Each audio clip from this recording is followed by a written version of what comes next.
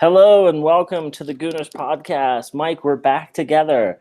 We are. It seems like weeks go by in between You podcasts. cheated on me with Tom and Drew, and now we're back together. Let me just tell you how good they were, and I don't We're in mean couple on the therapy, air. but we're back.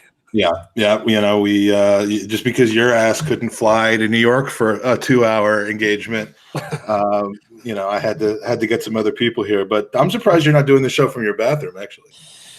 But I'm not today. Not after today. what you told me this week. Oh, don't even go there. Let's introduce our guest. He's returning. No ducks are being broken today, but we have with us Harry Pratt of the Daily Star, who joined us towards the beginning of season 2. Mm-hmm. Harry, tell us, it's Daily Star. It's like Sunday something. I mean, you've got so many different things. Daily Star Sunday and the Sunday Express. So you work one day a week, basically. Yeah, something like that. Yeah, not on a Monday at least. We're now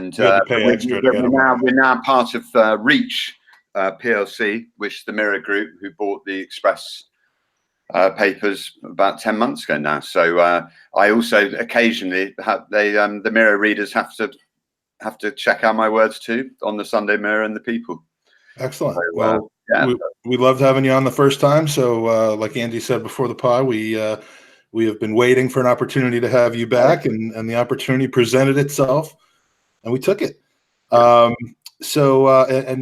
if I recall, a lot of our topic early in our first visit was about the then manager Arsene Wenger, given your extensive interviews with him.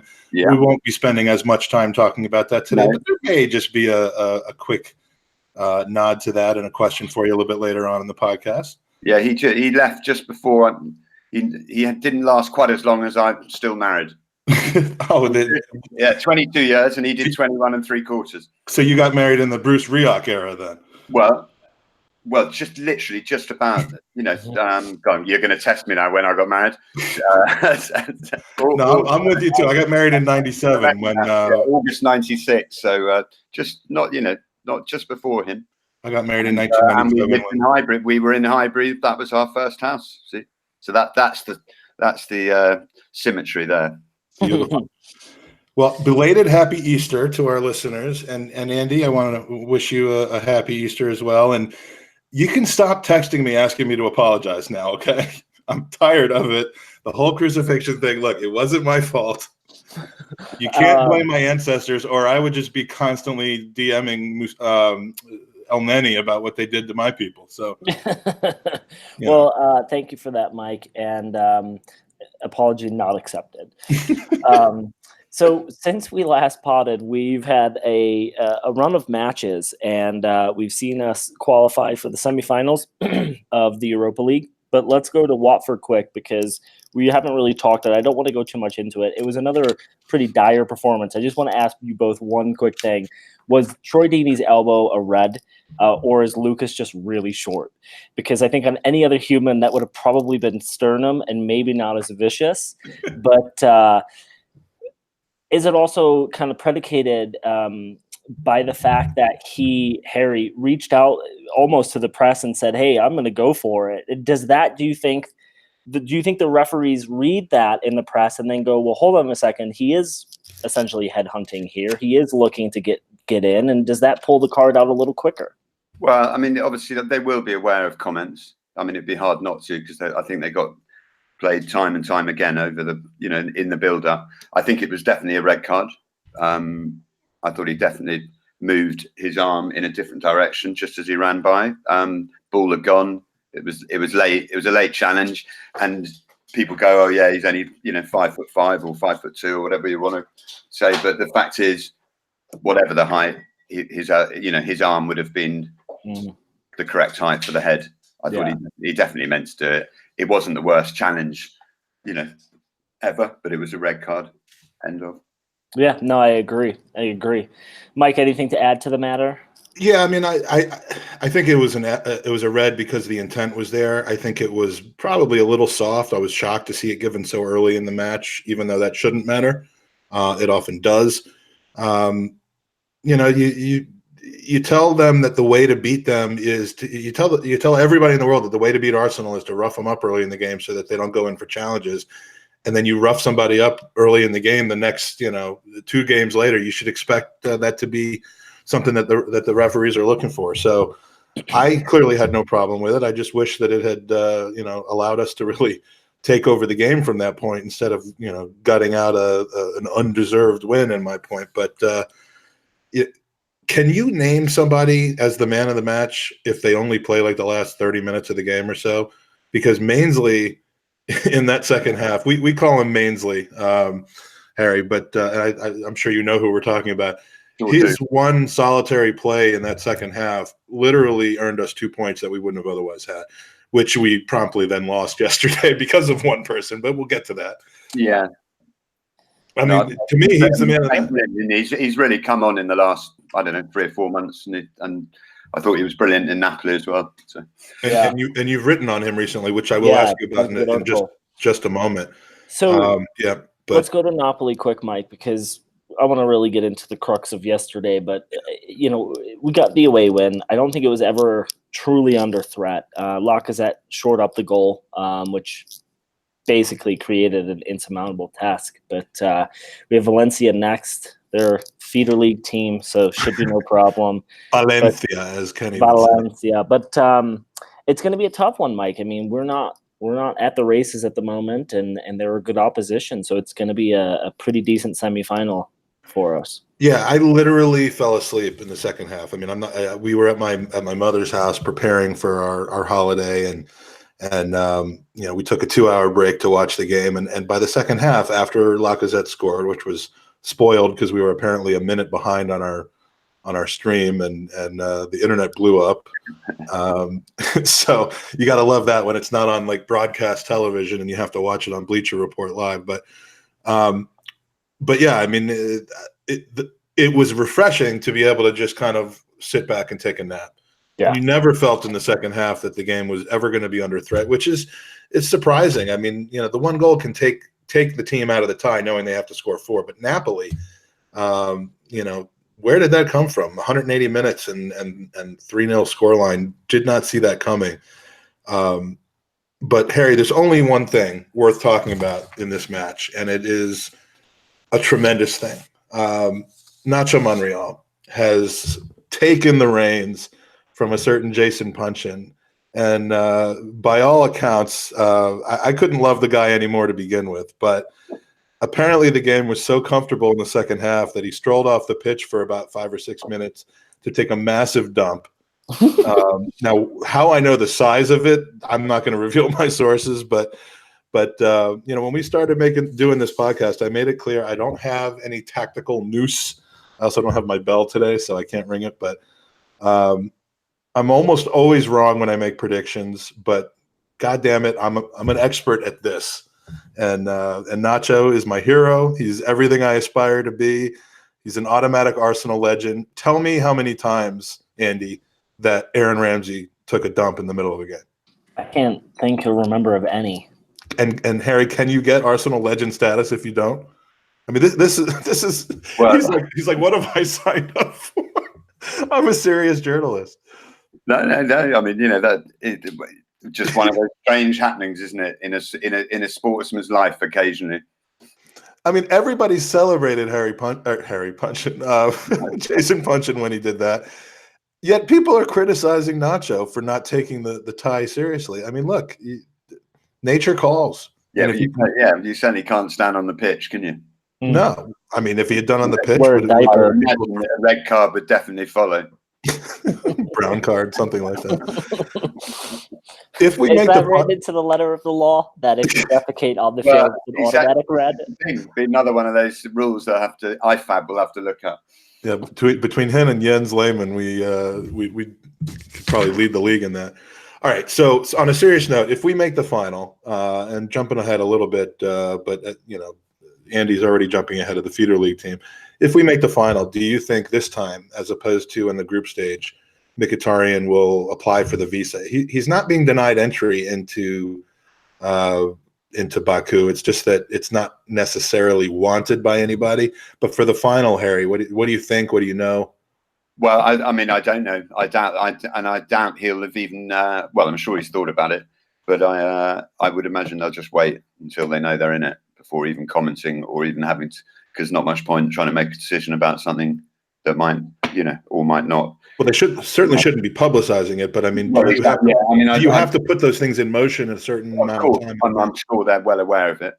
But it's a tough one, isn't it? In that, I would assume that that in the world that we live in, it moves a lot quicker when it's that type of a scenario than it would for any other person going to visit of that nationality. I mean, they make a few phone calls, and I'm sure it gets approved and applied overnight. Yeah, but the distraction of the people that live there protesting it's a mess. It's ridiculous. I don't think that the final should ever have been held there simply because of that policy.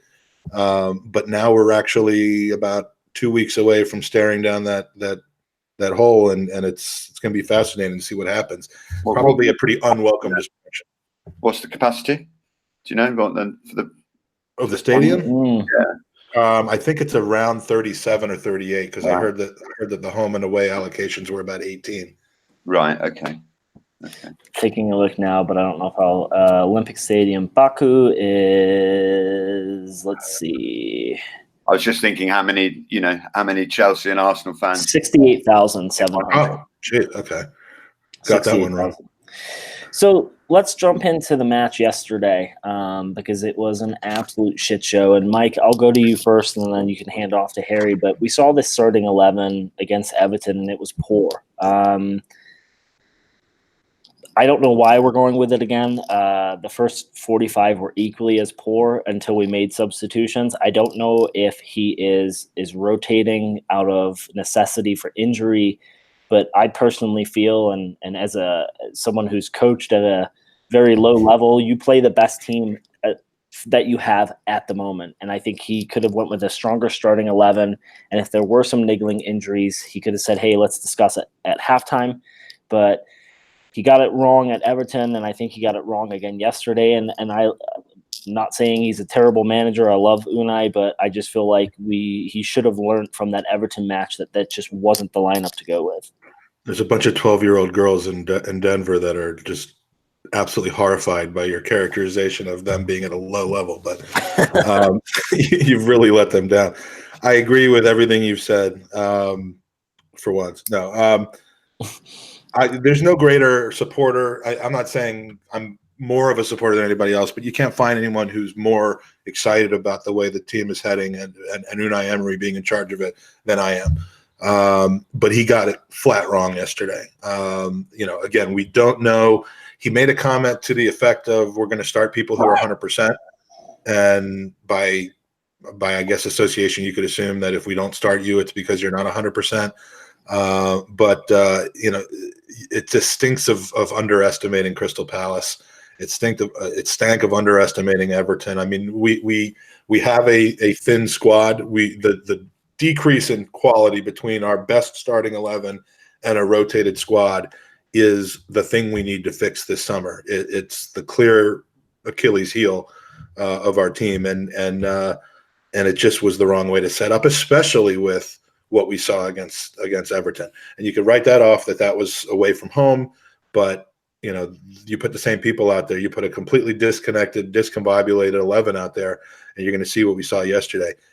Again, no tactical noose for me, but when you have your best center back out due to suspension, why start a formation that requires 3 central defenders, and instead of having fullbacks in the game, you have wingbacks who one of which isn't used to playing that position and is pretty much stacked up against one of the pacier, trickier wingers or attacking players in the league in Zaha.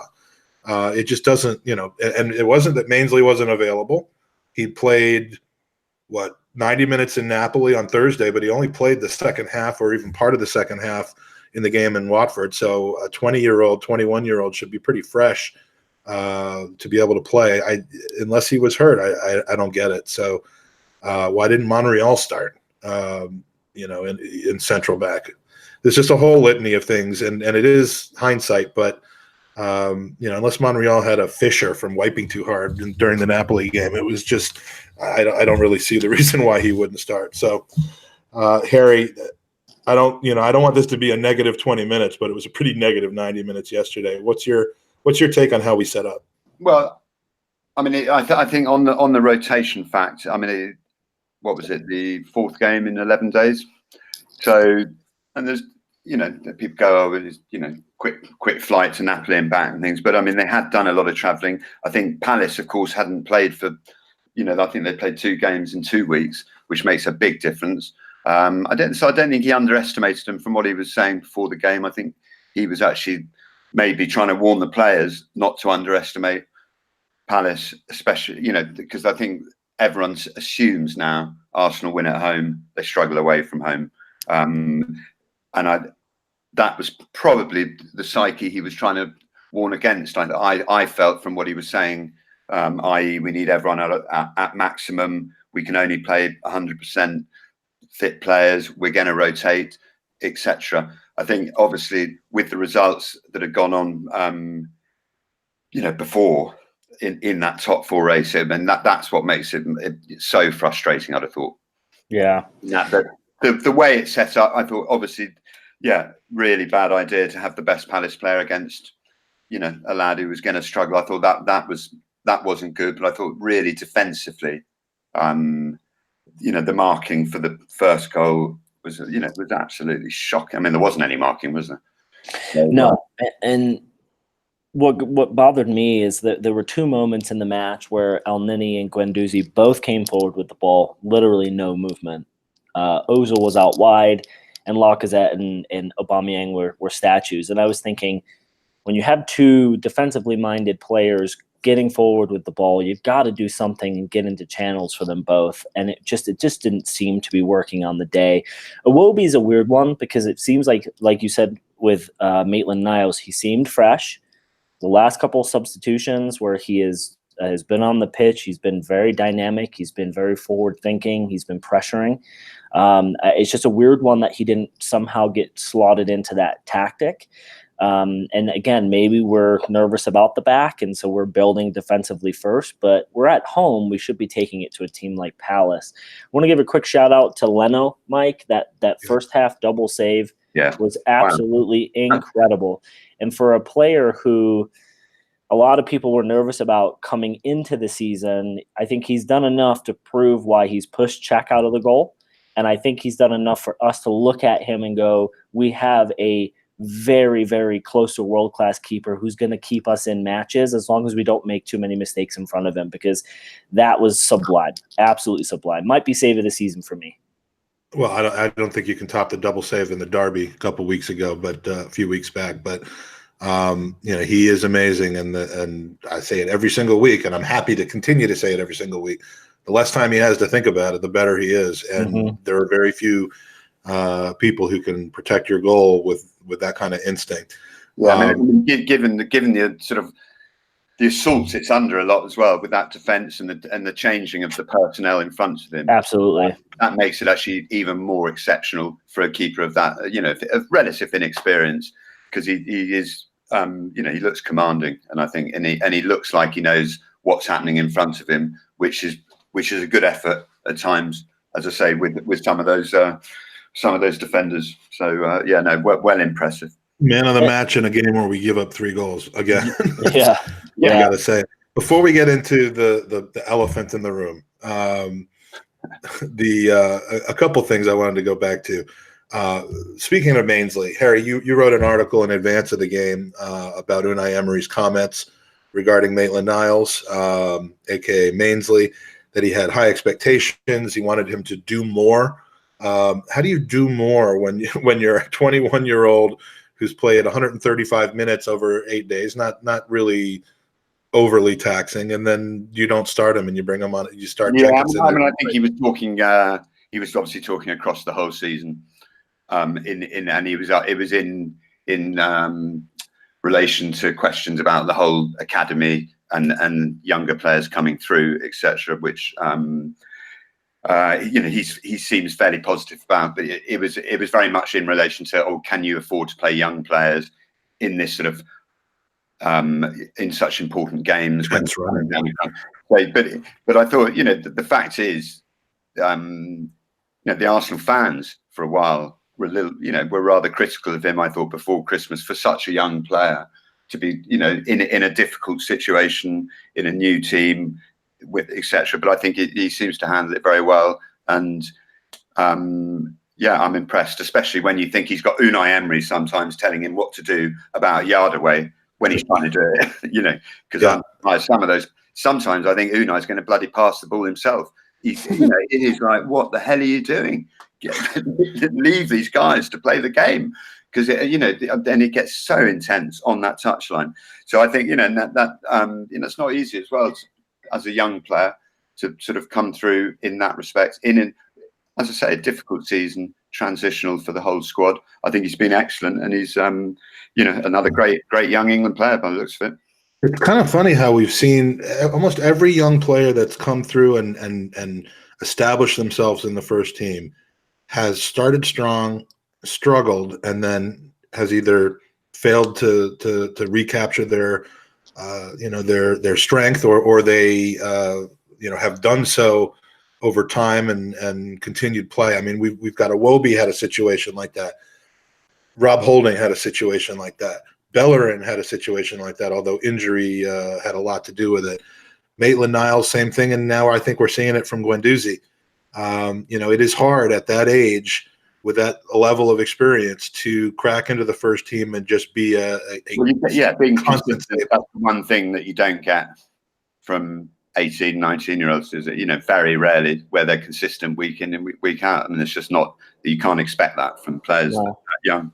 And the inclination is either bin them or just let them play through it. And there's got to be a way to mitigate something, find the middle ground there. Well, and you got to think that these players' confidence. They hear tactically something new every week. They put into practice one thing. They learn that motor skill, that muscle memory, and then it changes. And so, when you're 25 and you've seen everything happen, you can adapt and react quicker. And so it's very hard, but we've got a good core of young players. And I don't think any of them, for me, scream they need to go to the bin right now. I'm looking at them going, damn, this is exciting. Couple that with some really senior players, some new blood in the off season, and there could be something special here. We just can't play too many of them on the pitch at the same time in a first team game, as though it's like the League Cup. Because then there's nothing binding them. Well, one thing, we were speaking to Phil Foden after the England under-21 game the other week, and he was saying how hard it is to be fit because they're just not playing enough. So he said, the stamina really, and it's sort of thing you forget, isn't it? Because these kids will have been playing every week, they play the whole games when they're growing up, and then suddenly they're only training and they're getting 20 minutes or 10 minutes. So how can they have the stamina to then play at that sort of pace? So that's probably why sometimes they have good starts and then fade off, because they're not actually playing enough in between to be able to stay with that pace. Sure. So we have this thing in our WhatsApp chat called Feinberg fucked it up. It's a common thing where I'll speak or talk about a game where we really need something to happen, like a Spurs game where they're losing 1-0 or something like that, and literally the moment I say something, the thing that we don't want to have happen happens. I become relatively famous for it. And now at the pub yesterday, I did the same thing. In the first half of the game, I saw Christian Benteke in the game, and I literally said, Christian Benteke, is he still an actual thing? And that was as they were setting up for the free kick. Literally 10 seconds later, he's unmarked and scoring his first goal in 47 years? Yeah. For those of you who... We've recently had this thing where we're allowing pensioners to score against us. It's just the Arsenal way, and it's part of the foundation. And I think if you've been transferred 3 times or more times in the last 5 years with a decreasing transfer fee each time, you're automatically going to score against us. That's just the way that it is. So I'd like to go to the elephant in the room, and I don't want to break down the Mustafi play. I want to ask you both, and this is a genuine question, and I will answer it first because I want the two of you to give it some thought. Would Mustafi improve Fulham or Huddersfield? And here's my answer. I think it's a no, and this is why. He's only good when he has a quality pairing next to him. He can't organize or marshal a defense, let alone a central midfield in front of him. So if he were to go to a Fulham or Huddersfield, I think he would be the best defender on the pitch. And so I just don't see how that defense gets organized or marshaled. Okay. He makes rash challenges when he's under pressure. We've seen it from him a lot at Arsenal. When he's at Huddersfield or Fulham, he's going to be under way more pressure. He's going to make way more rash decisions. I think he sees a lot more red cards. On a smaller team, they're always under threat. I just don't see how he improves their defense. I haven't seen him improve at Arsenal. We've seen players under Unai Emery improve over the course of a season. I think a player of his caliber being on a World Cup team should have improved tenfold by now. I just don't see it. So I asked the question, does Mustafi improve a Fulham or Huddersfield? Harry, I'll go to you first. And keeping in mind that we've seen Nacho Monreal, who has never been trained as a center back or at least played in that position, go in there, slot in, and look fairly comfortable. Well, yeah, I mean, the difference between the two players there, one's actually comfortable on the ball. Because to me, Mustafi, that's half the problem. I think whenever he gets the ball and he thinks he's comfortable on it, that is the other issue. Sort of seems to look like he knows what he's going to do. But with regard to your question, I was actually had the pleasure of going to Bournemouth, Fulham at the weekend. So I can safely say, no, he wouldn't have improved the Fulham defence that kept a clean sheet against a particularly average Bournemouth team.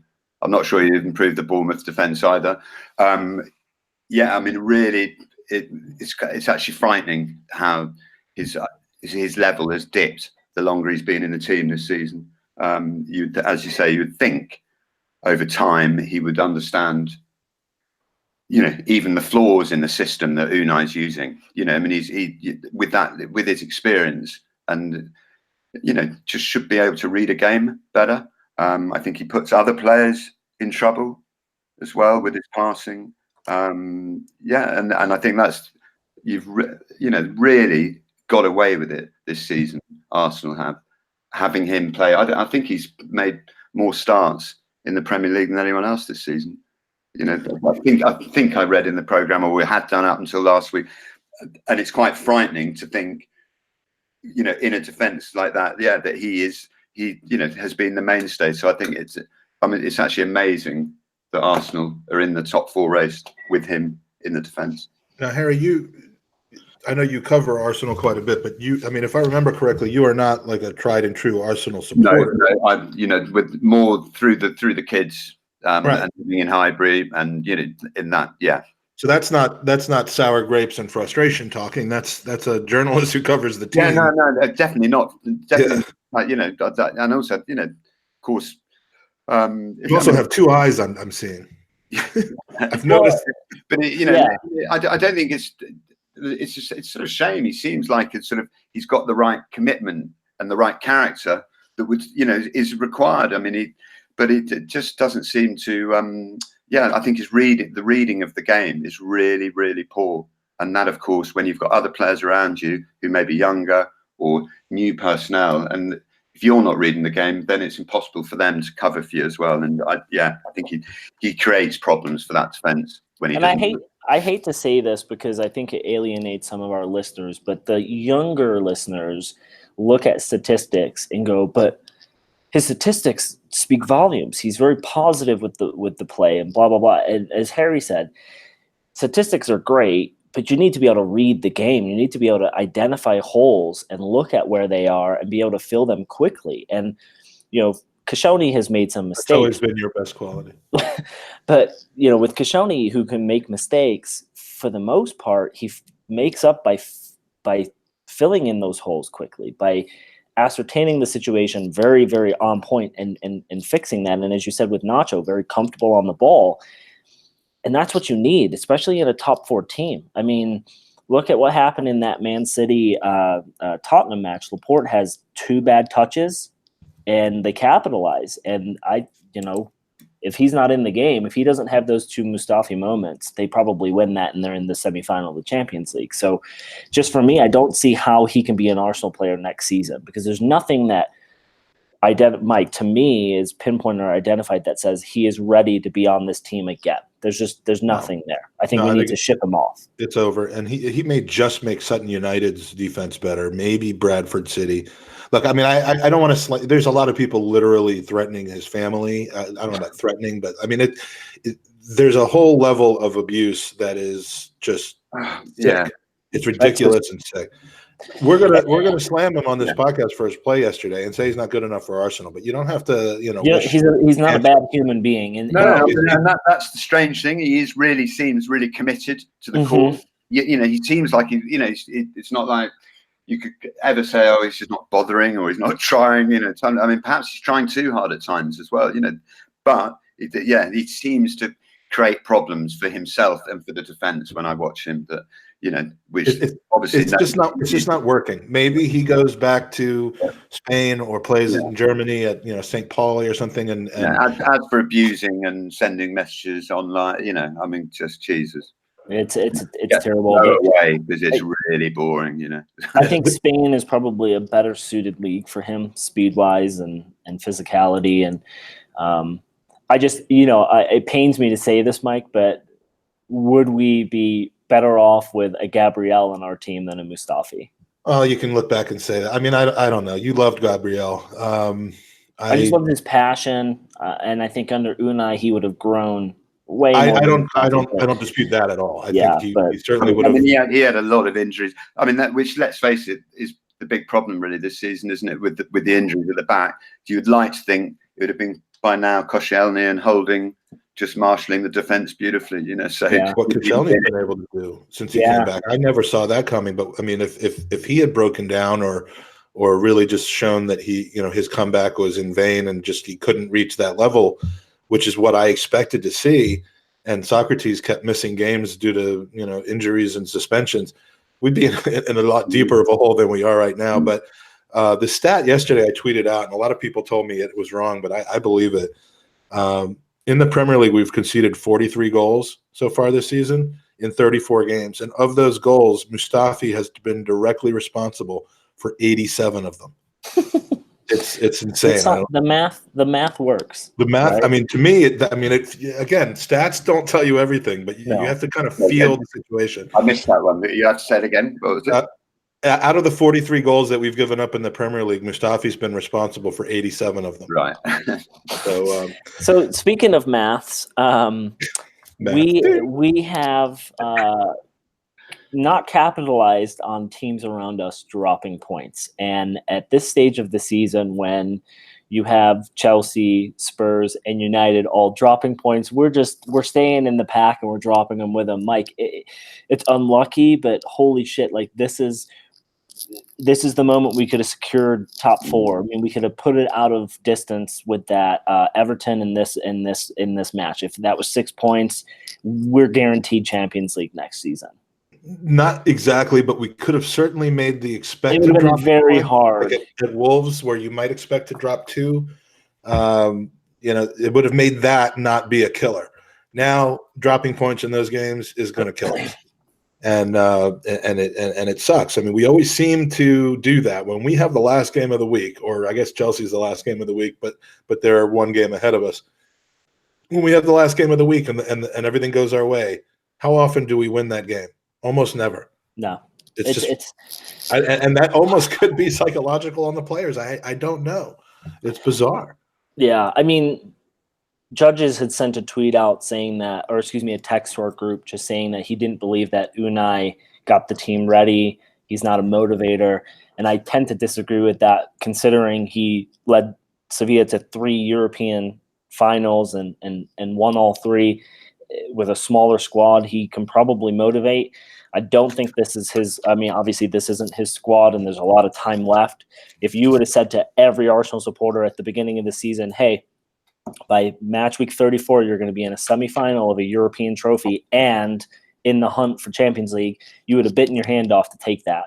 We're still in it. We still have a commanding presence in there, but we could have been way more comfortable. And I think that speaks a lot to some of the players that we have, Mike, that don't come back next season because they're not mentally ready.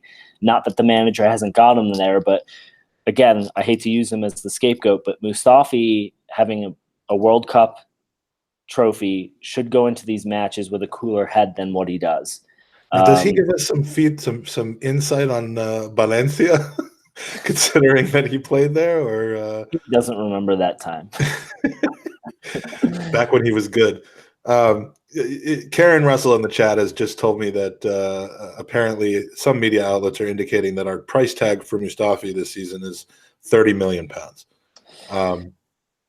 That said, he'll be back with us next season in a Jenkinson role of not leaving because I don't have to.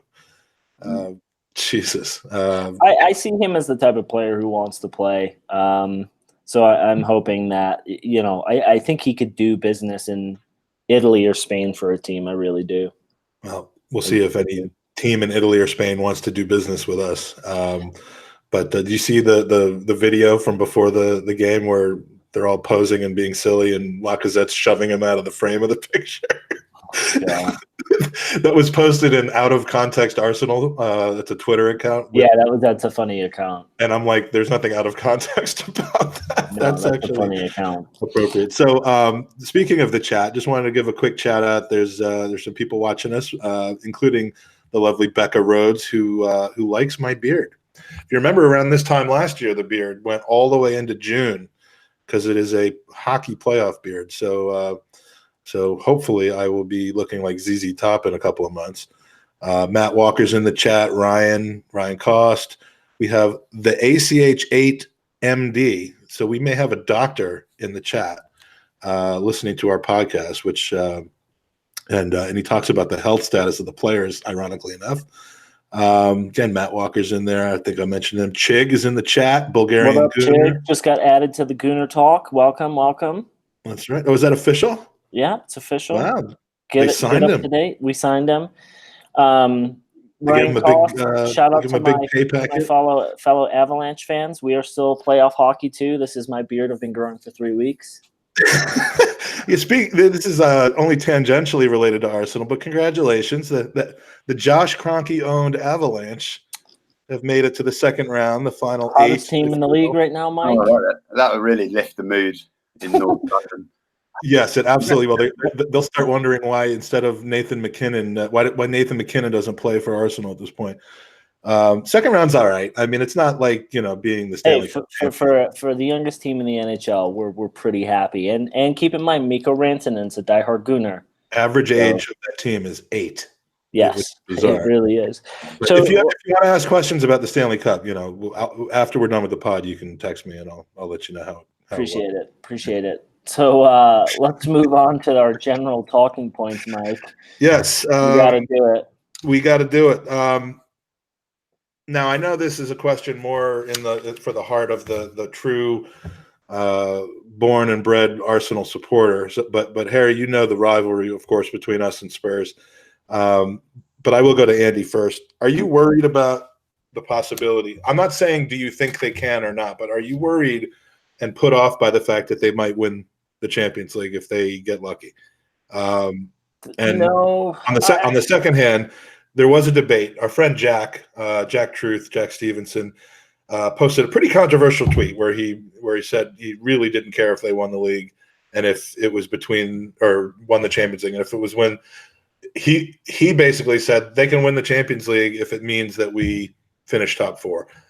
In that hypothetical scenario, he'd rather finish top 4 and have them win the Champions League than miss the top 4 and have them not win the Champions League. And a lot of people who really, really, really just have that rivalry in their heart said some pretty nasty things to him. But, listen, I understand where he's coming from. He's looking at it at a rational, like, hey, we're making the Champions League. I am nervous, Mike, because at this point they've got the easiest group, the easiest semifinal with Ajax. I think that they'll beat them no problem. I don't think they are good enough to beat a Barcelona or Liverpool. So I'm not too concerned. But yeah, I'm worried that they're going to win the Champions League. I mean, because that's all we're going to hear. Like the one thing we have as Arsenal supporters is, where's your golden trophy? We went unbeaten. Where's your any trophy? Where's your any trophy? They can always now come back with, well, we got a Champions League before you.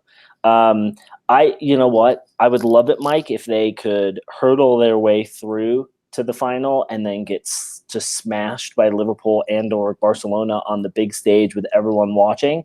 They are ripe with injuries right now. If more matches is more problems for them, so let them stay in it. No matches, no problem. No matches, no problems. I don't know. Them getting to a final and losing places them on par with us in the Champions League, and I'm not sure I want that. But at the end of the day, it doesn't, though, Mike. I mean, it's a good thought, but if you talk to any football fan who's It's so delicate with me, Harry. with 30 years experience in the match, and you say to them, how many Champions League finals has Arsenal been in, they probably won't be able to answer that because it's just a final. It means nothing. So let them get there. Who gives a shit? If they walk away with nothing, I mean, Harry, as a neutral, what do you think? Should Arsenal fans be worried because of that rivalry? Well, I think I can see why they'd be worried at the prospect of whenever the final is. It's usually in about July, isn't it? The Champions League final. But Yeah. It's going to be played the day before they go off to 9 o'clock at night. But yeah, no. So that is, I could see that could be a major problem. It's right out there, isn't it? With Liverpool winning the title, with United fans. It is. I can see it's the complete nightmare. I think if Barcelona gets the final, Tottenham won't win it. But I'd be more worried if Liverpool are in it and it's Tottenham v Liverpool. Yeah. From an Arsenal point of view. Yeah. I think everybody who isn't a Liverpool, Spurs, or Barcelona supporter is just falling in love with this Ajax team, including myself. And of course, the Ajax team essentially is the Southampton to Barcelona, as all of their players are going there over the summer. I tweeted a starting 11 for Barcelona next year that completely contains people whose last name starts with DE, because they're going to have De Jong, De Silva, the Dwayne Di Rosario. They're going to have all of those guys. 4 Ajax in the Tottenham team, isn't there? Yeah, that's true. Ajax player. Yeah. But Mike, it's just one of those, a lot of what ifs at this point. I'm not going to get nervous until they're up in the Champions League final with 2 minutes remaining. So that is responsible for your weekend. All right. What do we got? Oh, Arsene Wenger. Speaking of Twitter dysfunction, it's the 1-year anniversary, I think it was a couple of days ago, of it being announced that he wouldn't come back. However you may choose to interpret what happened.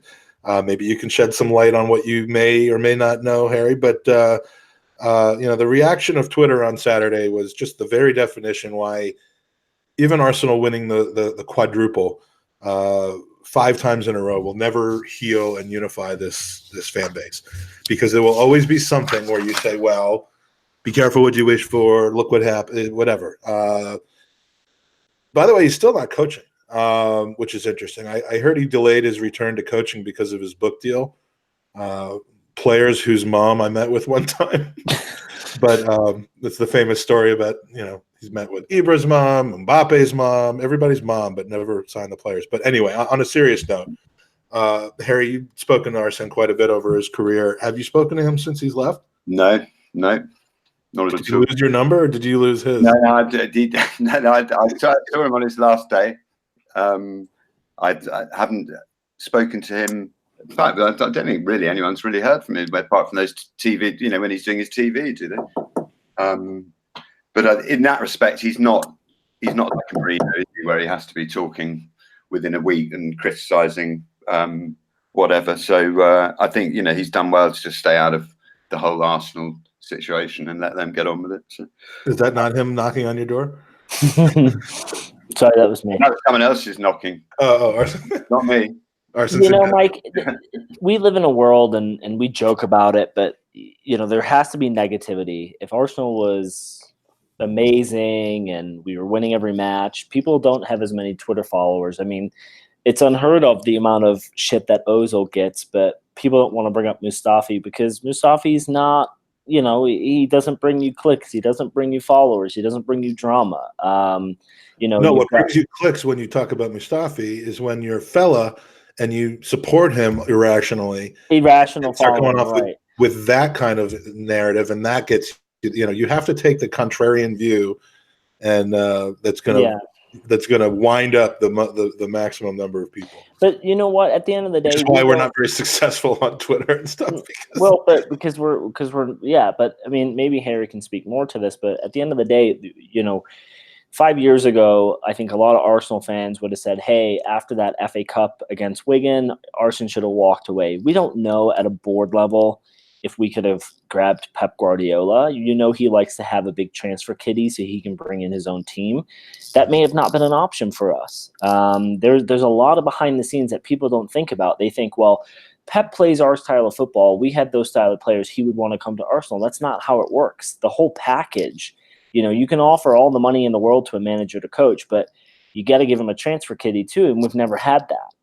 And so at the end of the day, it's simplistic to say like, oh, be careful what you wish for. The way I look at it, Mike, is we could have hired someone at that point who could have been way worse. We got lucky that Unai Emery went to Paris, had a bad experience, decided that he didn't want to manage those prima donnas, threw his name in the hat for our job at the last minute, was essentially hired overnight because of the research and the work he has done. And the way he's running this club right now is, we're a better team. I think you've got one of the, maybe one of the top 6 managed coaches out there. Yeah. So I think you should be pretty pleased for what you wish for in that respect. Yeah. We all know it had gone so stale. It's so boring to even talk about what was going on for those, for that length of time under Arsene and things. But you could it has been, I think the whole club in many ways has, been that sort of breath of fresh air. It's been a real release of tension. And I think Emery, for all his faults, has an energy and a passion that's has been really very good for the club. And he doesn't seem to really care too much what other people think, which is, I think, quite important when you're taking over something that's been there for 2 decades. So I think definitely the right, just about as good a choice as you could have got. If it ultimately doesn't work out, doesn't work out, then it won't be for lack of trying. It won't be for lack. It would be because he hasn't been given any money. Right. Well, probably so. And yeah, I mean that will be the reason it won't work in the end. I really, I can't see any. I say you've got one of the top coaches if he's able to bring in enough players, but I don't see that happening. I think there's going to be, I think that there isn't enough money there. So had a lot of arguments over the summer before Emery was brought on about. And even after that, with a certain person, that Ancelotti would have been the perfect hire. And I was no at the time because, again, he's a guy who was kind of falling through the levels of football, not cutting it at Bayern. We've just knocked him off pretty easily in a 2-game tie against Napoli. He just didn't seem like the type of manager we needed with energy and new ideas and someone who, at least in the early stages, could coach this team up without a major transformation of 9 in and 9 out, over the very first summer. It needs to be a gradual, steady building process, not an overnight fix. Because overnight fixes, as we've seen with Manchester United, whether the coaches and the players don't mix, they go bad really, really quick and really, really bad. And Arsenal's not a volatile team like that. They didn't keep a guy for 22 years just to completely chuck everything out and start fresh. So I like the way that we're headed with him. And you have to look at the situation at the club too. I mean, when you go in and you try and sign a £50 million player, let's look at Laporte from I believe he came from Atletico Madrid. He's walking into a City team that's challenging for the title with a manager of Pep Guardiola's stature. For him to make that jump, it's easy. For him to then make a jump to Arsenal, even at the same price tag, he's looking at, well, we're not in the running. We may not have Champions League. We may have it. We're, who knows how far away we are from a cup final. Maybe if I stay with Atletico Madrid another year or two, then I get a bigger team coming in. There's so many variables for these players to look at and really evaluate and say, hey, what's the best move for me? So you need that manager who doesn't mind using his scouting system and taking a player of a lesser talent and saying, hey, this is what I can do with him. If Unai Emery's Bernd Leno, Guendouzi, Socrates, and Torreira, if he had a hand in any of those 4 signings, and I think he probably did in maybe 2 of those, if that's what he's going to bring to us with lower level pound amounts, then Give him the money he needs and let him fly free, because he can do what he needs to with a set budget. I mean, those 4 players have been outstanding for us. Guendouzi is young, but we've seen glimpses. The other 3 have been absolutely phenomenal. So if that's what he's going to bring to the club, and I said it to Claude in a different group, I don't care the price tag. It's what the player brings with them. And that's what we need, you know? Yeah. And so, I mean, I think the positive, I mean, it's amazing how many people are. Don't they? Sorry, Harry, what was that? Like the club will be caring about the price tag. Well, the club will, absolutely. But if a manager comes in and says, hey, we can buy this 20 million pound player or this 50 million pound player, but the 20 million is going to give us X, Y, and Z that this 50 doesn't, because I got to train them up. I want the 20 million pound player. I want players who come in and help us right now. Yeah. And we all saw Torreira at the World Cup become an absolute monster and a beast. And a lot of people in Italy knew that of the player before he got to the World Cup. We were just lucky that we had his name on a piece of paper before everyone else. Yeah. You know, and so I say if that's what the signings Unai is going to sign, then keep bringing them on. Okay. So little pod maintenance here, Andy. I know you got to run business calls. Unlike last time, I'm just going to mute you and turn your camera off. I won't stop broadcast. Yeah, if you actually disconnect from the chat, we're done. So is that all right with you? Yeah. Sorry, we're kind of running a little behind. But Harry, do you have a few more minutes? I'd always got a few more minutes. Yeah. Harry, appreciate you coming on. Thank you so much. Mike, I'm sorry, and I love you, but I don't love the beard. Well, look, you're going to have to deal with it for another 3 rounds of the playoffs. As long as the beard's gone by the time you come and stay in my my castle. Yes, it will. I won't get beard hair in your pool and your whirlpool. I appreciate it. AKA your tub. He says, "Oh, before you go, God, do you have 30 seconds to tell the work story?" I do. So, Mike and I, as a joke, because our podcast is so eargasmic, posted our pod on Pornhub just as a complete joke.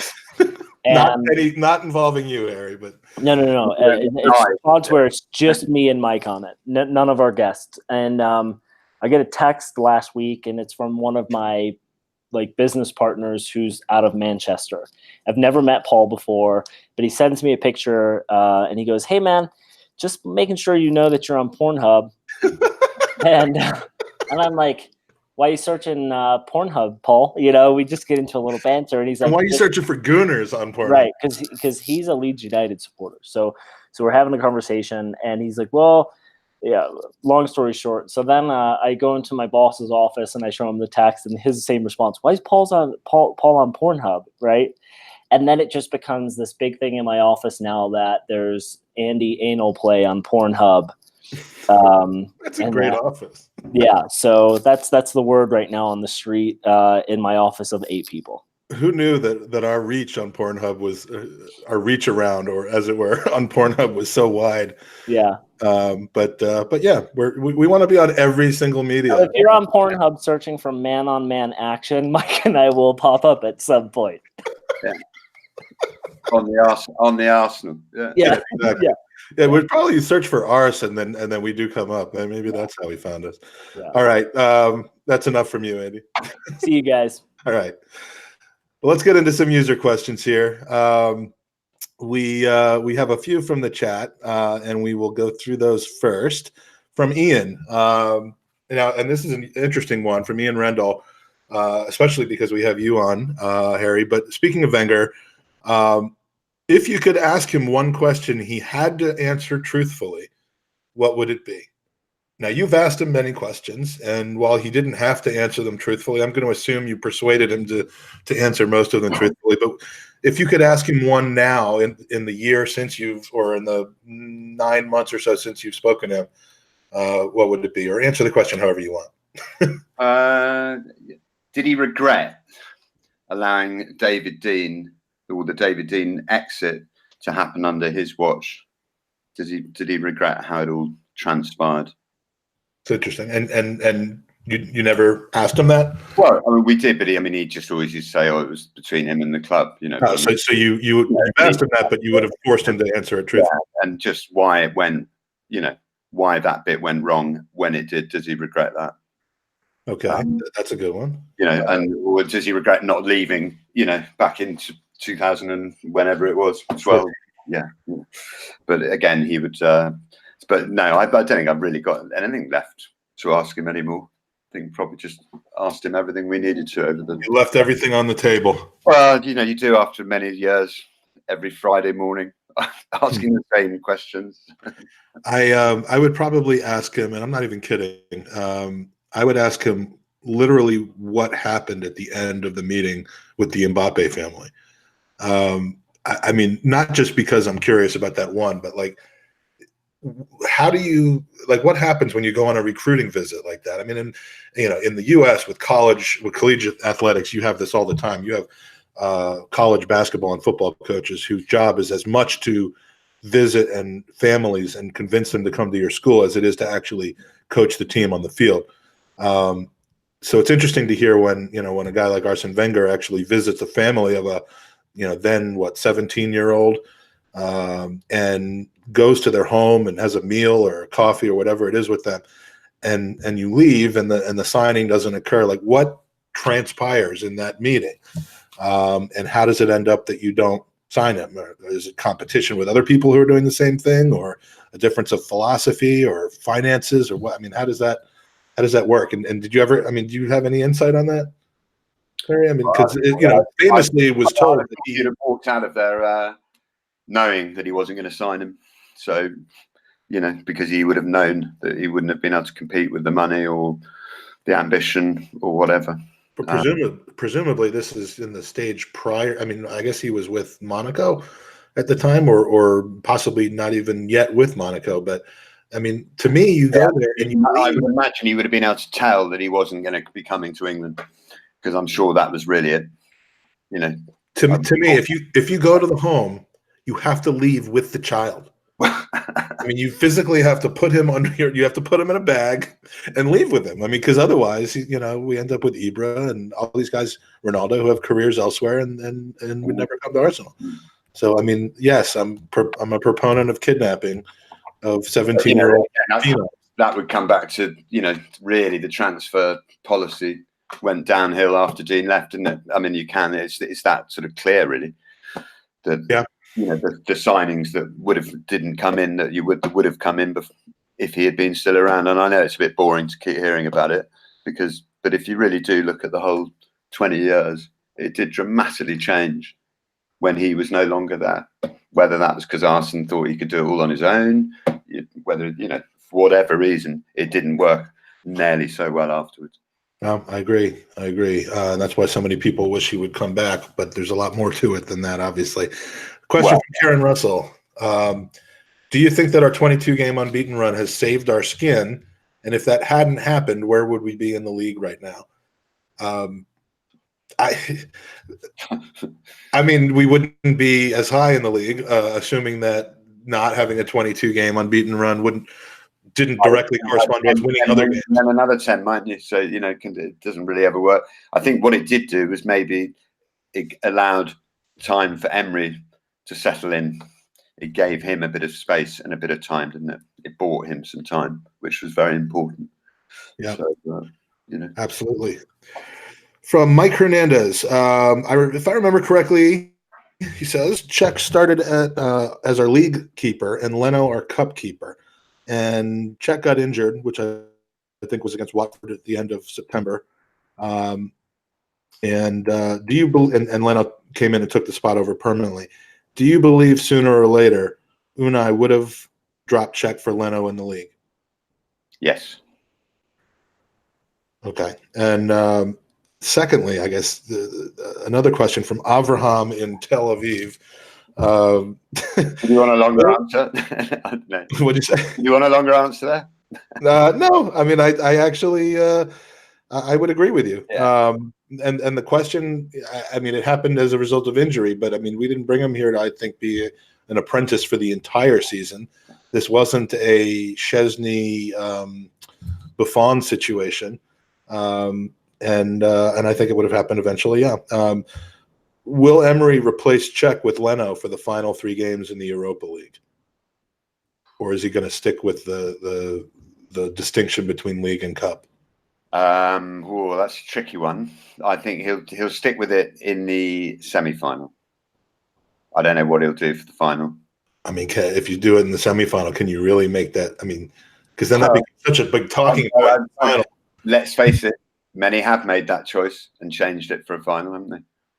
I mean, they do it, and to be honest, if he's leaving it, I mean, you would like to think he would still stick with him for the final. But in fact, I thought he's played quite well, hasn't he, in the recent games in the Europa League? So the thing is, it depends also whether it would affect morale a bit in the dressing room. Could easily affect morale. Yeah, I mean, Cech is a popular figure, and so that could potentially be looked at as a slap in the face. I don't know that the players in front of Cech necessarily feel that Cech is a downgrade behind them. I think they're very pleased to be playing in front of Leno, but I don't think that they would look at it as the same kind of downgrade that a lot of lay people would.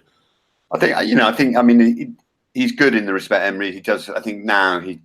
Like what he was saying about Ramsey the other week, and he wanted to make sure he was involved in the games, in the run-in, in his final games for Arsenal. So he has that side to him, Emery, where he can understand and appreciate sort of the psychology in the dressing room, I think, and appreciate what needs to be done. So I would imagine he would stick with him if they get to the final. It'd be as having got there with him, might as well stick with him. I would tend to agree.